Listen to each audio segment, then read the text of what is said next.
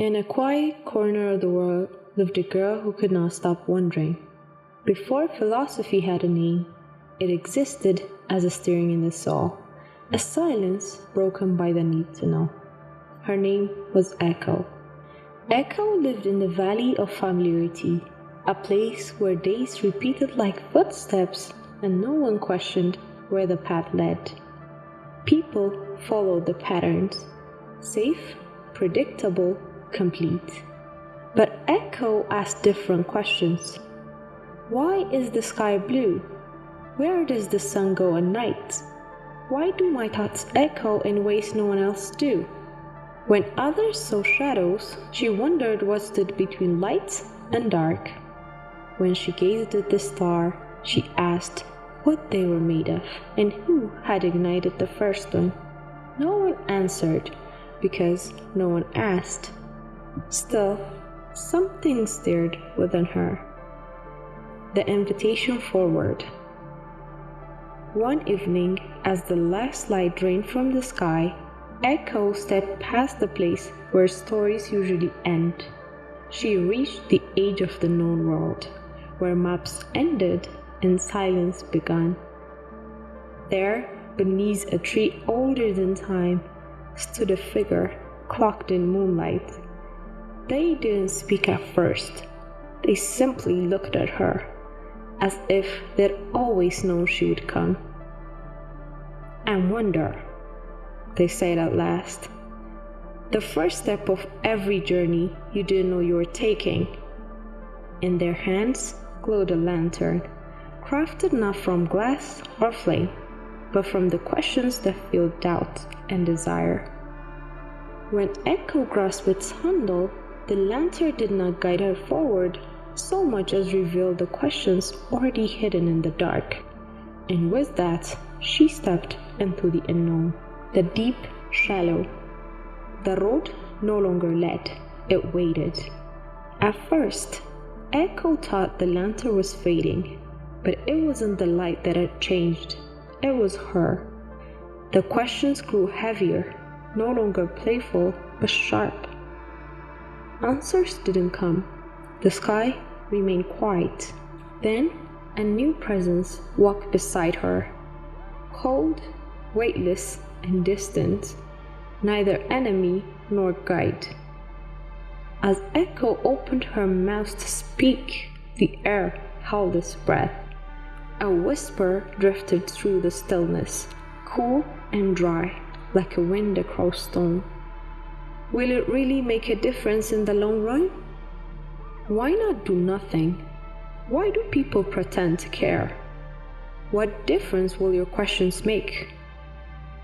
This was indifference. It offered no argument, no mockery, only emptiness. Echo felt a hollowness in the silence that answered her doubts. She wondered what would happen if she refused to choose any path. Her steps faltered and the lantern's glow waned. As she tightened her grip, she discovered that the lantern shone not because she believed in certainty, but because she believed in the act of asking itself. Gathering her courage, she moved onward, the fall inward.